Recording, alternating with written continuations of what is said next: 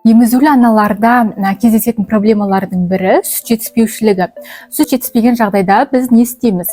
Міндетті түрде жасанды сүт қоспаларын беруіміз қажет. Жалпы негізі жасанды сүт қоспалары екіге бөлінеді. Бейімделген сүт қоспасы және бейімделмеген сүт қоспасы. Бейімделген сүт қоспалары құрамы жағынан және сіңірілуі жағынан ана сүтіне ұқсас келеді. Ал бейімделмеген сүт қоспалары құрамы жағынан және сіңірілуі жағынан ана сүтінен алыс келеді. Бұл бейімделген сүт қоспаларына жалпы нестажен, нутрилон, нан, хумана деген смесь түрлері жатады. Ал бейімделмеген сүт қоспаларына сиыр сүті, ешкі сүті, тағысын сол жануарлардың сүттері жатады.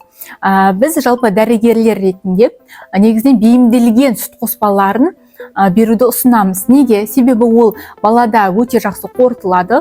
Ана сүтінің орнын толыққанды баспаса да, ана сүтінің құрамында кездесетін пробиотиктер мен минералды тұздар, витаминдер, қоректік заттар осы бейімделген сүт қоспаларының құрамында болады. Сол себепті балаңызға бейімделген сүт қоспаларын беруді ұмытпаңыз. Егер видео пайдалы болса, лайк басыңыз, пікір жазыңыз, маған тіркелуді ұмытпаңыз.